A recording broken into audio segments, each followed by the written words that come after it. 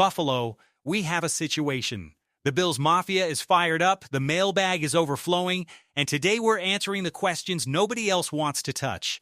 Should the Bills really bring back a receiver who dropped passes in 4 different games last season? Is Josh Allen actually the leader everyone assumes he is? And could a rookie head coach, fresh off his very first training camp, walk away with a Super Bowl ring and instantly become the greatest coach in franchise history? Grab a coffee, Bills fans, because this one is loaded from start to finish. Let's start with the receiver drama that has split the fan base right down the middle, Brandon Cooks. Here's the pitch skeptics are making. The man caught just 10 passes in 7 games last year. His catch rate barely cracked 50%. And worse, his drops seemingly cost Buffalo points against the Patriots, the Browns, the Jaguars, and in a game everyone in Western New York would rather forget, the Broncos. So naturally, fans are asking why on earth would the Bills want him back? Here's the twist nobody's talking about. Brandon Cooks didn't even start the season in Buffalo. He spent the entire offseason gearing up to play for the New Orleans Saints, prepping for a totally different quarterback battle. By the time he landed in Buffalo mid-season, Josh Allen had already been building chemistry with a completely different group of pass catchers. Asking a guy to parachute into an NFL offense mid-year and instantly sync up with a franchise quarterback? That's not realistic. That's a recipe for exactly the kind of rocky stretch we saw. And here's the stat that should stop the doubters cold. Over his entire career, Brandon Cooks has one of the lowest drop rates in the league, hovering right around 5%. This is a guy who averages over 13 yards per target for his career, meaning he's not racking up cheap catches to pad his numbers.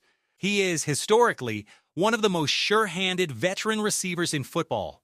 So when the drops piled up in Buffalo, the far more likely explanation isn't a suddenly broken receiver, it's 2 established professionals still finding their rhythm together in a compressed timeline. Now zoom out and ask the real question. Does Brandon Cooks make this offense better? Right now, the Bills' depth chart at receiver gets thin fast after the top names.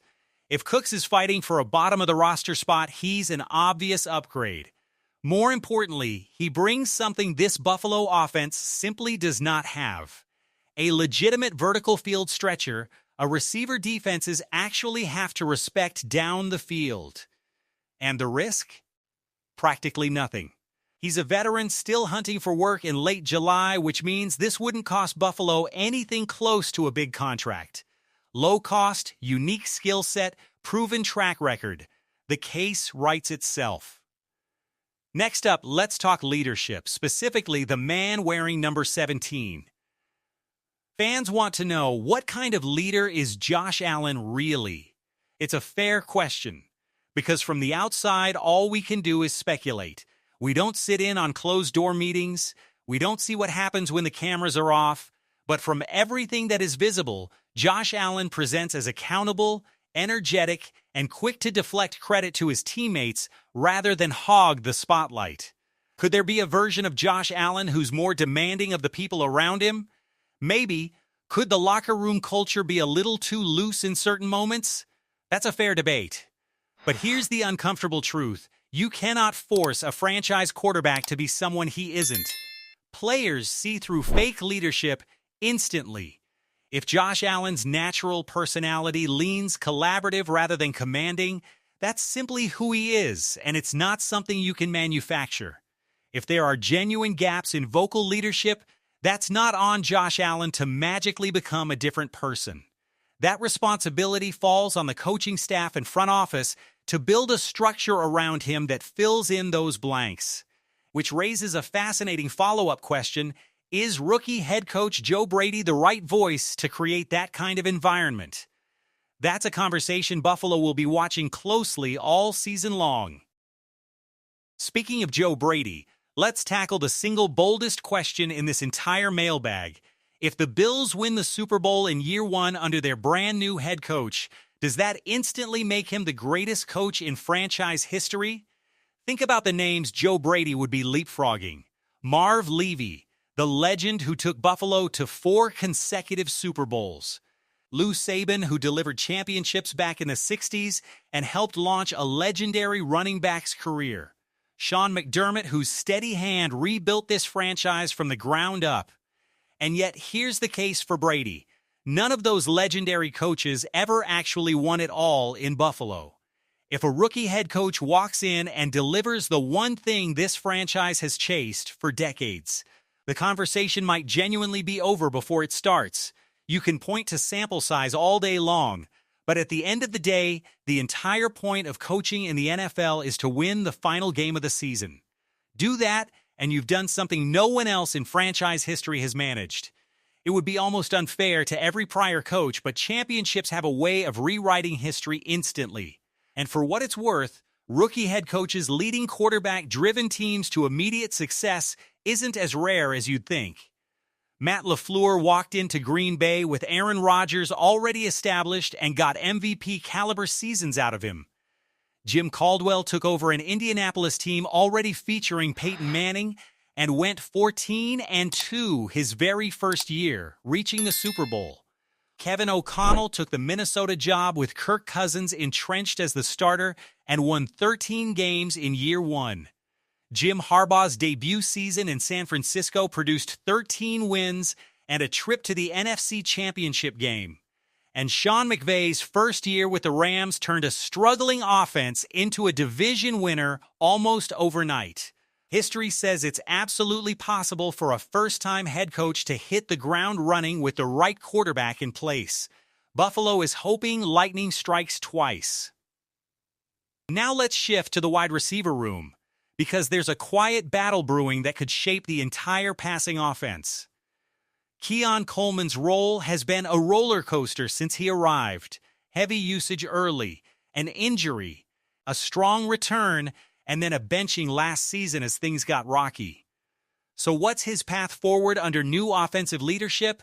It all comes down to one man, Josh Palmer. The two are in a head-to-head battle for the 3rd wide receiver spot in Buffalo's primary personnel groupings. Win that battle, and Coleman locks in a real role in 3 receiver sets. Lose it, and he's fighting for scraps.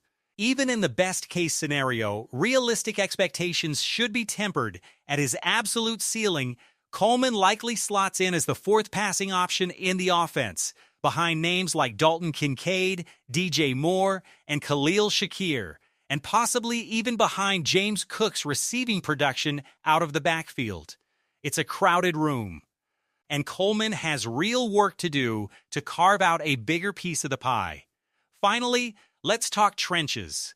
The defensive tackle room features a fascinating layered debate. Fans were asked to rank 3 best-case outcomes: Ed Oliver breaking out with double-digit sacks, Deion Walker having a true breakout year, or a trio of younger interior linemen all developing into long-term building blocks worthy of second contracts. The verdict? The 3rd option wins, and it's not particularly close. Watching 3 young defensive tackles all prove themselves would be the most valuable outcome for the franchise's long-term roster building, even if it doesn't come with flashy individual stats. And there's real intrigue in how a talented rookie fits alongside an established star. Both were drafted as penetrating 3-technique defensive tackles, which naturally raises questions about overlap. The two can absolutely coexist in pass-rushing situations on long, late downs, but the challenge is finding enough situational snaps for both to matter, especially with the established veteran likely commanding the lion's share of playing time. It's a good problem to have, but a problem nonetheless, and how the coaching staff manages those reps will be one of the most interesting subplots of training camp. So there you have it. Bills Mafia, a mailbag packed with receiver debates, leadership questions, championship dreams, and a defensive line logjam that could define the season. Buffalo's window is wide open, and every single one of these storylines could swing the difference between another heartbreak and the franchise's first Super Bowl title. What's your take? Should the Bills bring back Brandon Cooks? Does Joe Brady have what it takes to make history in year 1? Drop your predictions in the comments below, smash that like button, and make sure you're subscribed so you never miss a single Buffalo Bills breakdown. Go Bills, and we'll see you in the next one.